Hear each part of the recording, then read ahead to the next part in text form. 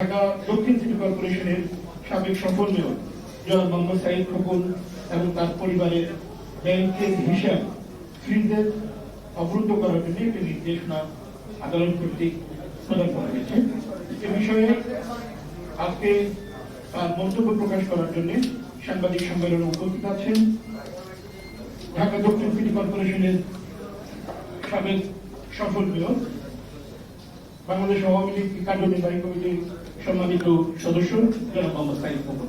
তার সাথে উপস্থিত আছেন বাংলাদেশ আওয়ামী লীগের কার্যনির্বাহী সংসদের সাবেক কার্যনির্বাহী সদস্য প্রবীণ আওয়ামী লীগ নেতা জনাব মোহাম্মদ ওমর আলী। উপস্থিত আছেন ঢাকা মহানগরী সমিতি ঢাকা সমিতির সাংগঠনিক সম্পাদক জনাব হাজি হাফিজ। সম্মানিত সাংবাদিক ভাইরা, যদি আপনারা রেডি থাকেন আমরা আমাদের সাংবাদিক সম্মেলনের কার্যক্রম শুরু করার পূর্বে আমি আজকের অনুষ্ঠানে উপস্থিত থাকা জনাব সাইদ খোকন স্যারকে সবিনয় অনুরোধ জানাচ্ছি।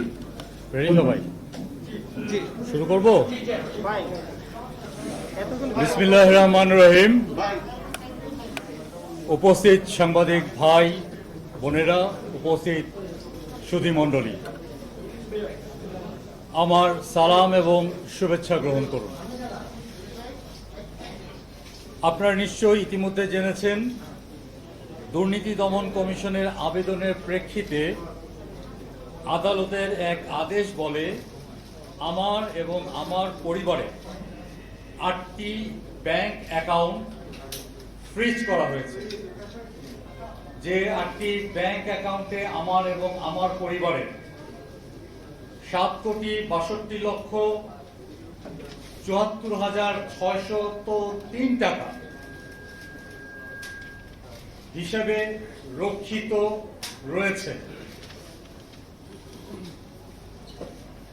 আপনাদের অবগতির জন্য জানাতে চাই, দুর্নীতি দমন কমিশন আমার এবং আমার পরিবারের কোনো সদস্যকে কোনরূপ নোটিশ প্রদান না করে, কোনরূপ আত্মপক্ষ সমর্থনের সুযোগ না দিয়ে সরাসরি আদালতের মাধ্যমে এই নিষেধাজ্ঞা জারি করে। আমি মনে করি এহেন কর্মকাণ্ড আমার এবং আমার পরিবারের সদস্যদের মৌলিক ও সাংবিধানিক অধিকার ক্ষুণ্ণ হয়েছে। প্রিয় সাংবাদিক বন্ধুগণ, উপস্থিত সুধীমণ্ডলী, আপনারা জানেন ঢাকা দক্ষিণ সিটি কর্পোরেশনের মেয়র তাপস নগর পরিচালনায় তার সীমাহীন ব্যর্থতা থাকতে প্রায় আমার প্রতি বিভিন্ন হয়রানিমূলক ও বিদ্বেষমূলক আচরণ করে আসছে। আমি ও আমার প্রাণপ্রিয় ঢাকাবাসী এবং আমার প্রিয় দেশবাসী, আমরা দৃঢ়ভাবে বিশ্বাস করি দুর্নীতি দমন কমিশনের এহেন কর্মকাণ্ড তাপসের প্ররোচনায় সংগঠিত হয়েছে।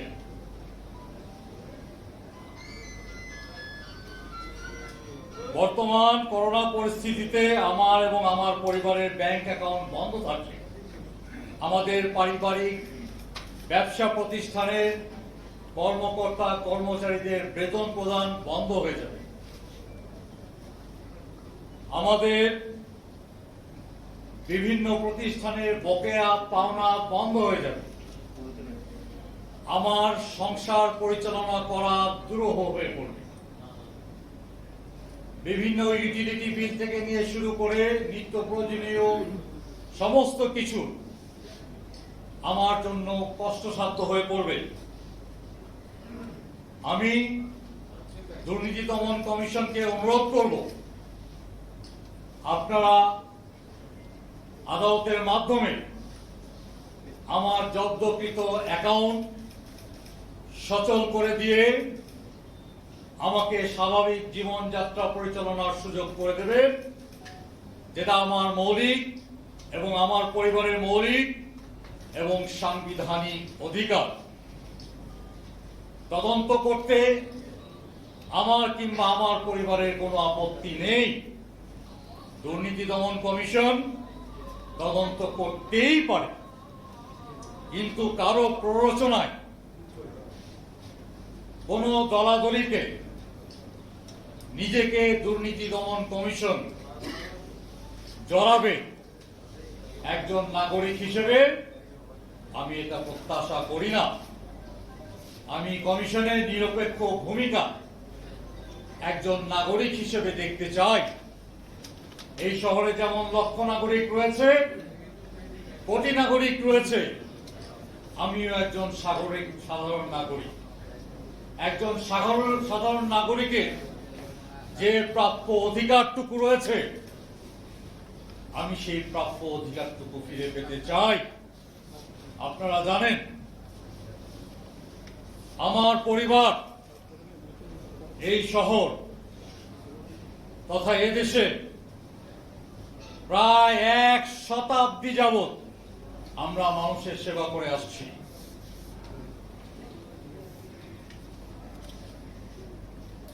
প্রায় 1 শতাব্দী, 70 বছরের উপরে হবে। আপনারা নিশ্চয়ই শুনেছেন ঢাকার শেষ সর্দার আলহাজ মাদের সর্দার, তার মেয়ে আমার মা ফাতেমা হানিফ, তার নামেও তার ব্যাংক অ্যাকাউন্ট ফ্রিজ করার মধ্য দিয়েও আমার বৃদ্ধ মাকে হয়রানিমূলক আচরণের শিকার হতে হয়েছে। এটা অত্যন্ত দুঃখজনক, অত্যন্ত পরিতাপের বিষয়। সন্দেহের বশবর্তী হয়ে একজন সম্মানিত মানুষের সম্মান ক্ষুণ্ণ করা কোনোভাবেই কাম্য হতে পারে না। ঢাকার শেষ সর্দার মাদের সর্দারের কন্যা, ঢাকার প্রথম নির্বাচিত মেয়র মোহাম্মদ হানিফের স্ত্রী লাঞ্ছিত হবে, ঢাকাবাসী মেনে নেবে না, ঢাকাবাসী মেনে নেবে না।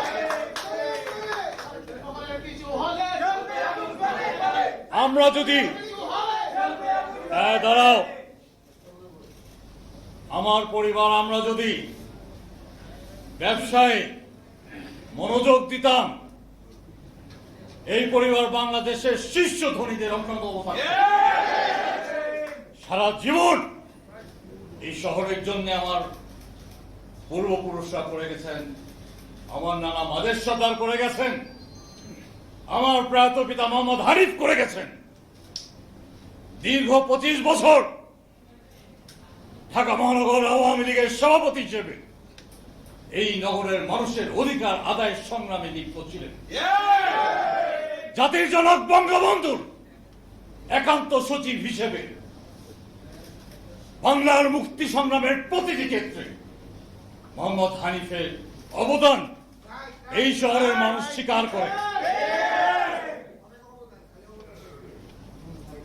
2004 সালের গ্রেনেড হামলায় নিজের জীবনকে উপেক্ষা করে তার প্রাণপ্রিয় নেত্রীর জীবনকে বাঁচিয়ে নিজের জীবন বিলিয়ে দিয়েছে।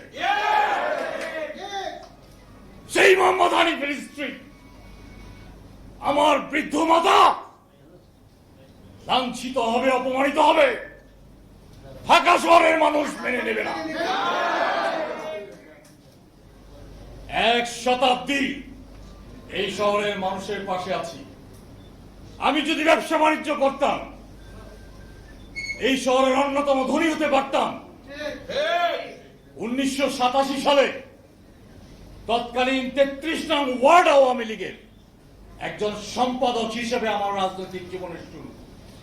52 বছরে পা রেখেছি, দীর্ঘ 33 বছর রাজনীতি করেছে এই শহরের মানুষের জন্য। মহানগর আওয়ামী লীগের সাংগঠনিক সম্পাদক হিসেবে চরম সংগ্রামে রাজপথ ছেড়ে যায়নি। হামলার শিকার হয়েছি, মামলার শিকার হয়েছি, জেল খেটেছি। এই শহরের মানুষের জন্য, আওয়ামী লীগের জন্য, আমার নেত্রীর জন্য আজকে এই সময় দেখবার জন্য, আজকে এই অবস্থা কি দেখবার জন্য আন্দোলন সংগ্রাম করেছিলাম, আমরা জীবন দিয়েছিলাম। আজকে কি এই সময় দেখবার জন্যে জাতির বিবেকের কাছে প্রশ্ন রাখতে চাই আমার ভাইরা, বিচার আপনারা করবেন। কারো ব্যর্থতা ঢাকবার জন্যে আরেকজনের মাথায় কালিমা লেপন করে দেবেন, আমরা এটা মেনে নিতে পারি না। আমার আদরের ছোট্ট বোন, তাকে পর্যন্ত রেহাই দেওয়া হলো না। আমার প্রিয়তম স্ত্রীর নামে করা হলো কি সন্দেহমূলক। কি সন্দেহ? পরিষ্কার ভাবে বলতে হবে কি সন্দেহ। আমার পরিবারের 7,62,74,603 টাকা জব্দ করা হয়েছে। আরে ভাই, এই শহরে কি হচ্ছে মানুষ কি জানে না, দেখে না? দুর্নীতি দমন কমিশনে কি হচ্ছে মানুষ কি দেখে না, জানে না? কি দিয়ে কি করতে চান? শাক দিয়ে মাছ ধরতে চান? মানুষ কিন্তু এই ধরনের অপমান অপদস্থতা কখনোই মেনে নেবে না। আর এই তাপসকে বলি, কতটুকু ভোটে নির্বাচিত হয়েছেন এই শহরের মানুষ জানে।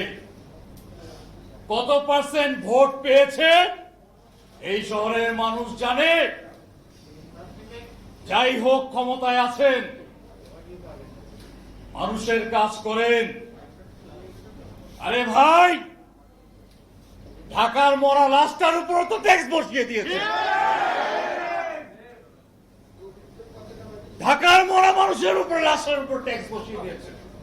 আপনি কিভাবে ভালোবাসা আশা করেন? কিভাবে ঢাকাবাসীর ভালোবাসা আশা করেন? আপনার ব্যর্থতার দায় ঢাকার জন্য আর মানুষ পান নাই। বারবার শুধু আমার উপরেই, বারবার শুধু আমার উপরেই। কেন? কেন? রক্ত দিয়েছে আমার বাবা, জীবন দিয়েছি আমরা এই সংগঠনের জন্য, এই শহরের মানুষের জন্য, এই দেশের জন্য। অপমান হবার জন্য?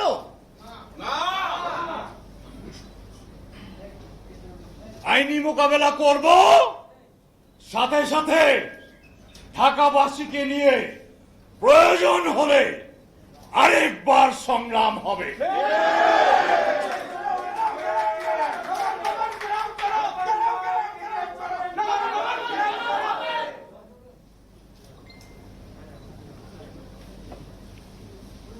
আপনাদের আজকে এই সংবাদ সম্মেলনে উপস্থিত হওয়ার জন্য, আপনাদের সময় দেওয়ার জন্য আমি আপনাদের প্রতি কৃতজ্ঞতা এবং ধন্যবাদ জ্ঞাপন করে আমি আমার বক্তব্য শেষ করছি। যদি কোনো প্রশ্ন থাকে দু চারটি করতে পারেন।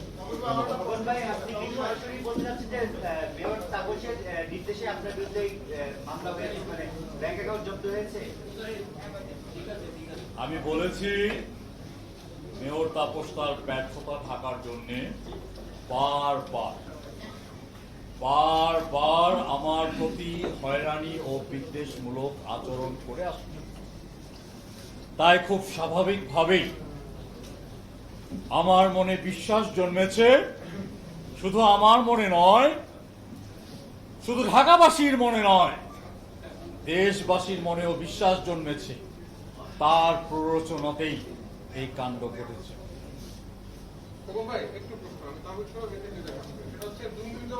আপনার সরকার ক্ষমতায়, দুর্নীতি দমন কমিশন স্বাধীন, দুদক কি কারোর প্ররোচনা কাজ করতে পারে কিনা? এক, দ্বিতীয় হচ্ছে তাপস কেন ব্যর্থ হয়? আমি যেটা বলেছি আপনাকে ইতিমধ্যে, ওনার যে প্রশ্নের উত্তরের মধ্যে আপনার প্রথম প্রশ্নের উত্তর আপনারা পেয়ে গেছেন।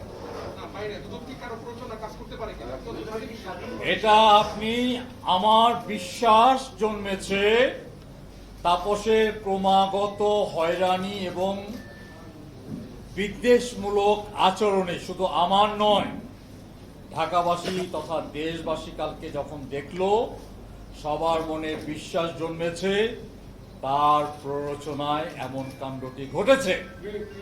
আপনার প্রশ্নটি আমি উত্তর দিলাম, আপনার সম্পূর্ণ উত্তর আপনি দুদকের দায়িত্বপ্রাপ্ত কর্মকর্তাকে প্রশ্ন করলে আপনি আশা করি পেয়ে যাবেন।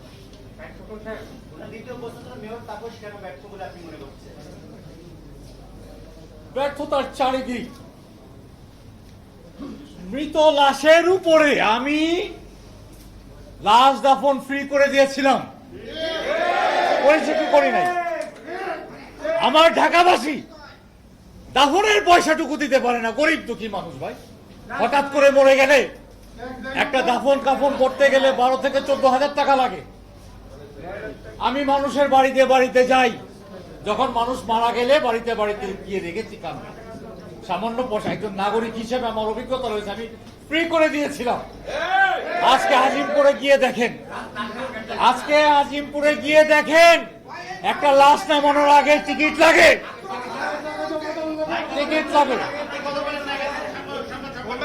ব্যর্থ বলবো না তাহলে কি বলবো?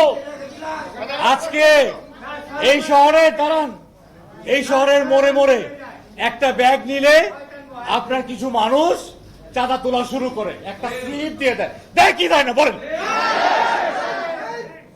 দেয় কি দেয় না? হ্যাঁ, আমি কি বলবো? আরে মানুষের কথা শুনেন, মানুষের কথা শুনেন। আমি কি বলবো? আমি লক্ষ লক্ষ ব্যানার ফেস্টুন ফেলে দিয়েছিলাম, পরিষ্কার করেছি। আজ সিটি কর্পোরেশন তার নিজের নামে ব্যানার ফেস্টুন লাগায়। কি বলবো? নগর পরিচালনা করতে পারে না, আরো বড় হওয়ার স্বপ্ন দেখো। আরে বড় হওয়ার স্বপ্নে কি সাইদ খোকন বাধা নাকি? তুমি বড় হও তো আমার কি? আমাকে মেরে বড় হতে হবে নাকি? হ্যাঁ, যে দায়িত্ব পাইছো তুমি ওইটা পালন করো, তারপরে বড় হওয়ার স্বপ্ন দেখো। বড় হওয়ার আরো মানুষ আছে।